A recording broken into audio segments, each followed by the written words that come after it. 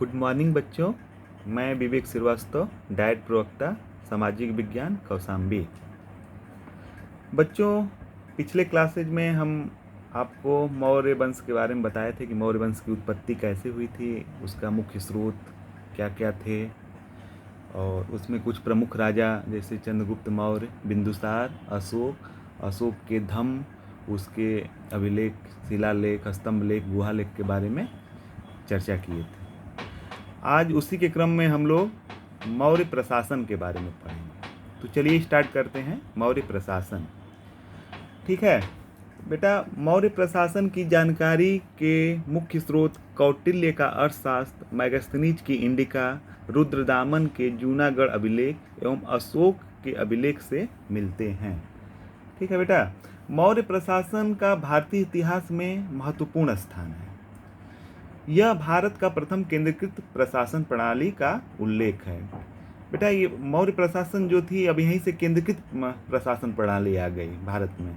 और प्रशासन के केंद्र में जो केंद्र का मुख्य बिंदु थे वो राजा ही होते थे। राजा ही बैठ के पूरे देश का संचालन, प्रशासन को देखते थे। वह कार्यपालिका, व्यवस्थापिका एवं न्यायपालिका का प्रमुख होते थे। अब राजा हैं तो राजा अकेले तो प्रशासन चलाएंगे नहीं, उसकी सहायता के लिए तो अन्य मंत्रियों की जरूरत पड़ेगी ना। तो इसी तरह से राजा की सहायता के लिए बहुत सारे क्या होते थे, मंत्री होते थे। और उन मंत्रियों को हम लोग क्या कहते हैं, अमात्य कहा जाता था। इन अमात्यों में जो सबसे प्रमुख अमात्य था उसको हम लोग क्या कहते कहते हैं प्रधानमंत्री। बेटा, अशोक के जो प्रधानमंत्री थे कौन थे, वो चाणक्य। इन्हीं का नाम कौटिल्य भी है। इनको हम विष्णुगुप्त भी आप लोगों को बताए थे। और इन्हीं की सहायता से मैंने ये भी बताया था कि चंद्रगुप्त मौर्य ने नंद वंश के अंतिम शासक घनानंद को हरा करके मौर्य वंश की नींव डाली थी। इसके अलावा भी कई मंत्री होते थे, जैसे पुरोहित होते थे, सेनापति होते थे, सन्निधाता होते थे, युवराज होते थे। मंत्रियों के अलावा कुछ प्रशासनिक अधिकारी भी होते थे, जिन्हें हम क्या कहते थे, तीर्थ कहा जाते थे। कौटिल्य के जो अर्थशास्त्र है उसमें 18 तीर्थों का उल्लेख है। इनमें से हम कुछ प्रमुख जो तीर्थ हैं उनके बारे में नीचे चर्चा किए हैं, आप लोग देखिए, लिखे हैं। पहला, प्रधानमंत्री जो है वो पुरोहित का भी कार्य करता था। और चंद्रगुप्त मौर्य के प्रधानमंत्री हम आपको बताए थे कि कौन थे, कौटिल्य या चाणक्य थे। इसी तरह से अशोक के प्रधानमंत्री का नाम राधागुप्त था। दूसरे स्थान पे आए हैं समाहर्ता। यह राजस्व विभाग का प्रधान अधिकारी होता था। ठीक है बेटा। तीसरा, सन्निधाता। यह राजकीय कोषाध्यक्ष था। जैसे बेटा इस समय राजकीय कोषाध्यक्ष से आप वित्त मंत्री समझ रहे हैं ना, इस समय वित्त मंत्री होते हैं। उसी तरह मौर्य काल में वित्त मंत्री को एक तरह से हम क्या कहते थे, सन्निधाता। तो आपसे ये पूछ लिया जाए कि वर्तमान में भारत का वित्त मंत्री कौन है, तो क्या बताएंगे आप, श्रीमती निर्मला सीतारमण। ठीक है बेटा। सेनापति यह युद्ध विभाग का मंत्री होता था, यानी युद्ध से संबंधित जो भी कार्य होते थे वह सेनापति का कार्य करना होता था। युवराज जो है राजा का उत्तराधिकारी होता था। ठीक है। प्रतिष्ठा, यह फौजदारी न्यायालय का न्यायाधीश होता था। प्रतिष्ठा को हम कंटक शोधन भी कहते हैं। व्यवहारिक यह बेटा दीवानी न्यायालय का मुख्य न्यायाधीश होता था। यह धर्म से संबंधित जितने भी कार्य होते थे उसको भी देखता था। ठीक है। कार्मांतिक, यह देश के उद्योग धंधों का प्रधान निरीक्षक होता था। नायक, यह सेना का संचालक अर्थात सेना का नेतृत्व करता था। यानी सेना का नेतृत्व कौन करता था, नायक। अंतःपाल, यह बेटा सीमावर्ती दुर्गों का रक्षक था। यानी कि जो सीमा से लगे हुए जितने भी दुर्ग होते थे उनका रक्षा कौन करता था, अंतःपाल। इसी तरह से दुर्गपाल, यह देश के भीतरी दुर्गों का क्या करता था, रक्षा करता था। इसी तरह से कुछ अन्य भी हैं, जैसे आट्विक है। आट्विक यह वन विभाग का प्रधान अधिकारी होता था। दवारिक होता थे, यह राजमहलों की देख रेख करने वाला प्रधान अधिकारी होता था। नागरक भी, जैसे नगर का प्रमुख अधिकारी को क्या कहते थे, नागरक कहते थे। चलिए आते हैं हम लोग प्रांतीय प्रशासन में। तो जैसे इस समय भी केंद्र क्या है, केंद्र कई प्रांतों में, राज्यों में बटा है ना। उसी तरह से मौर्य काल भी केंद्रीय प्रशासन था वो प्रांतीय प्रशासन में बटा था। और इसके अधिकारी जो होते थे वो राजवंश के होते थे। अशोक के अभिलेखों में उन्हें कुमार या आर्यपुत्र कहा गया है। केंद्रीय शासन की भांति प्रांतीय शासन में भी मंत्रिपरिषद होती थी। मंत्रिपरिषद जो प्रांतीय मंत्रिपरिषद का केंद्र से सीधा संपर्क होता है। जैसे इस समय भी केंद्र सरकार से जो जितने भी राज्य हैं वो सीधे संपर्क में, जैसे मान लीजिए आपको कोविड-19 चल रहा है और हमारे माननीय प्रधानमंत्री जी एक जगह बैठ करके सभी राज्यों से कॉन्फ्रेंस के द्वारा क्या करते हैं, संपर्क कर लेते हैं। अशोक के समय बेटा 5 प्रांतों का उल्लेख मिलता है। कितने प्रांतों का? 5। चंद्रगुप्त मौर्य के समय में 4 प्रांत थे, जबकि अशोक के समय 5 प्रांत थे। जो कौन कौन थे? जैसे उत्तरापथ था, दक्षिणापथ था, अवंती राष्ट्र था, प्राची था और लास्ट में अशोक के समय कलिंग प्रांत बढ़ गया था। ठीक है। और ये प्रांतों को मौर्य साम्राज्य में क्या कहा जाता था? चक्र कहा जाता था। आइए अब नगर प्रशासन के बारे में पढ़ते हैं। मेगास्थनीज की इंडिका से हमें पाटलिपुत्र के नगर प्रशासन का वर्णन मिलता है। बेटा जो भी प्रशासन है, हम मौर्य प्रशासन पढ़ते हैं तो उसमें मुख्यतः 2 स्रोतों को लेते हैं। कौन? एक कौटिल्य का, दूसरा मेगास्थनीज का। मेगास्थनीज जो है भारतीय कह रहे हैं मौर्य समाज का और मौर्य प्रशासन का बहुत बढ़िया से चरित्र चित्रण किया है। ठीक है, अपनी किताब किसमें? इंडिका में। नगर के प्रमुख अधिकारी को हम लोग एस्ट्रोनोमाई कहते हैं और मेगास्थनीज के अनुसार जिले के अधिकारी को क्या कहा जाता था? एग्रोनोमाई। अब आपके डीएलएड के पेपर में ये पूछ दिया जाए कि मौर्य वंश में नगर के प्रमुख अधिकारी को क्या कहते हैं, तो आप क्या बताएंगे? एस्ट्रोनोमाई। ठीक है। पाटलिपुत्र नगर का प्रशासन 30 सदस्यों के एक समूह द्वारा होता था। ठीक, इसकी कुल समितियां 6 थी और प्रत्येक समिति में 5 सदस्य होते थे, यानी 6 पचे 30। ठीक है बेटा। अब आइए गुप्तचर व्यवस्था। तो बेटा गुप्तचर व्यवस्था की मौर्य काल में गुप्तचरों का बहुत महत्वपूर्ण स्थान था और ऐसा माना जाता है कि गुप्तचर राजा के क्या होते हैं? आँख होते हैं। और गुप्तचर ही क्या करते हैं कि अपने राजा को, जो उनके प्रजा के मन में क्या भावना राजा के प्रति चल रही है वो बताते हैं। कोई राजा के प्रति षड्यंत्र तो नहीं कर रहा है उसको बताते हैं। ये सब कार्य गुप्तचरों का होता है।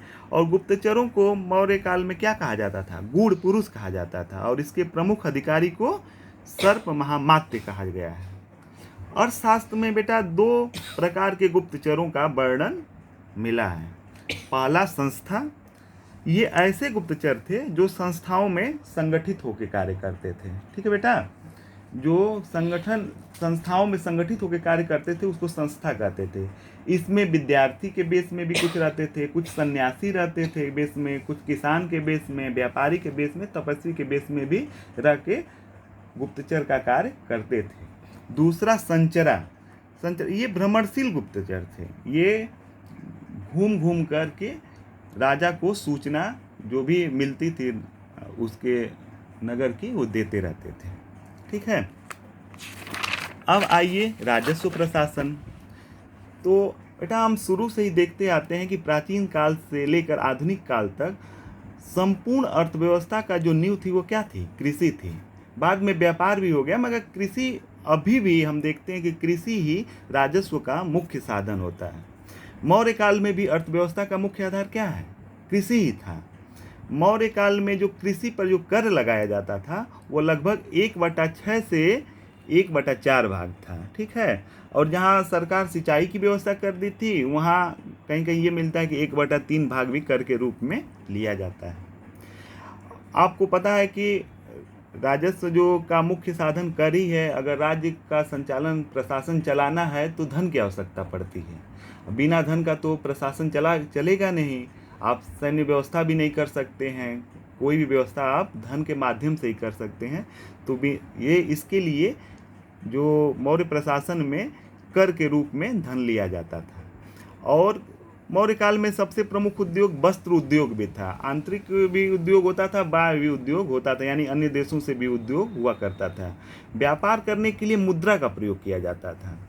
आप देखते हैं कि पहले पूर्व काल में आप देखें कि मुद्रा व्यापार करने का साधन क्या था? वस्तु विनिमय था, मगर धीरे धीरे चल के ये मुद्रा विनिमय का साधन हो गया। ठीक है। और मौर्य काल में हम देखते हैं कि जो मुद्रा के रूप में चांदी के सिक्के का प्रयोग सबसे ज़्यादा हुआ है। कर चोरी करने पे मृत्यु दंड का प्रावधान था। ठीक है, अब सैन्य प्रशासन आइए। केंद्रीय शासन का एक महत्वपूर्ण विभाग सैन्य विभाग था। ठीक है, प्लिनी एक जो यूनानी दार्शनिक और इतिहासकार है, उसके अनुसार चंद्रगुप्त की सेना में 6 लाख पैदल सिपाही, 30,000 घुड़सवार और 9,000 रथ थे। प्लूटार्क ने तो यहाँ तक कहा है कि चंद्रगुप्त मौर्य ने 6 लाख की सेना लेकर के पूरे भारत को लौट डाला था, यानी कि उसका साम्राज्य विस्तार बहुत बढ़ गया था। ठीक है, आज के जो आप भारत देखते हैं नक्शे पे, इतना ही नहीं था मौर्य वंश का साम्राज्य, इससे काफ़ी विस्तृत उसका साम्राज्य था। अब सामाजिक जीवन के बारे में आते हैं, तो सामाजिक जीवन के बारे में भी हम 2 स्रोत लिए हैं, एक कौटिल्य का और एक मेगास्थनीज का। तो कौटिल्य ने अर्थशास्त्र में समाज के 4 वर्णों का, यानी कि जो वैदिक काल में जो वर्ण का व्यवस्था की बात थी, ब्राह्मण, क्षत्रिय, वैश्य और शूद्र, उसी का उल्लेख कौटिल्य ने भी कहा है। कौटिल्य ने शूद्रों को आर्य कहा है। ठीक है, उनके अनुसार शूद्र का कार्य शिल्प, व्यापार, कृषि तथा पशुपालन सभी हो सकता था। सेना में भी भर्ती होने की उनको अनुमति थी। लेकिन मेगास्थनीज ने भारतीय समाज को 7 जातियों में विभक्त किया है, यानी कि वो कर्म के आधार पे पूरे समाज को 7 विभाग में बांट दिया है। ठीक है बेटा, अब उसमें पहला था कौन? दार्शनिक। दार्शनिक का बेटा समाज में बहुत आदर था। ये ब्राह्मण, श्रमण, भिक्षु कुछ भी हो सकते थे। ठीक है, दूसरे पे किसान को उन्होंने रखा है। किसान मेगास्थनीज के अनुसार भारत में सबसे ज़्यादा किसान थे, जो कहाँ रहते थे? गाँव में रहते थे। अहिर इनका कार्य जो था पशुओं का डेरों में, ये पशुओं के साथ डेरों में रहते थे और इनका कार्य पशुपालन था। कारीगर या शिल्पी, ये भी एक प्रमुख जाति थे। सैनिक, या भारत में दूसरे स्थान पर सैनिक ही थे। ठीक है, निरीक्षक का कार्य गुप्तचर का भी होता था। और अंतिम है सभासद। सभासद बेटा यह शासक वर्ग ही था, जो इनकी संख्या काफ़ी कम थी। ठीक है बेटा, ये तो हो गया आपका सामाजिक जीवन। इसमें अब आते हैं हम लोग स्त्रियों की दशा के बारे में। तो ऐसा माना जाता है कि आपके मौर्य काल में स्त्रियों की दशा अपेक्षाकृत अच्छी ही थी, क्योंकि उन्हें पुनर्विवाह करने का और नियोग प्रथा का भी अनुमति थी, लेकिन उनको बाहर जाने की स्वतंत्रता नहीं थी। मौर्य युग में गणिकाओं या वेश्याओं का भी बेटा उल्लेख मिलता है, और जो स्वतंत्र रूप से जो वेश्यावृत्ति करती थी उनको रूप जीवा कहा जाता था। ठीक है, और उनसे राज्य को आय भी मिलता था। और बहुत सारी ऐसा कहीं कहीं मिला है कि बहुत सारी जो गणिकाएँ थी वो गुप्तचर विभाग में भी काम करती थी, और गणिकाओं के कार्यों का निरीक्षण हम लोग गणिकाध्यक्ष करता था। ठीक है, ये हो गया आपका सामाजिक जीवन। इस तरह से आपका मौर्य वंश का प्रशासन और सामाजिक जीवन समाप्त हुआ, और अंत में मौर्य वंश का जो शासक था बृहदत्त, उसका ही सेनापति था पुष्यमित्र शुंग, उसको मार करके शुंग वंश की स्थापना की। चलिए अब नेक्स्ट क्लास में हम लोग पढ़ेंगे गुप्त वंश के बारे में। ठीक है, ओके, थैंक यू।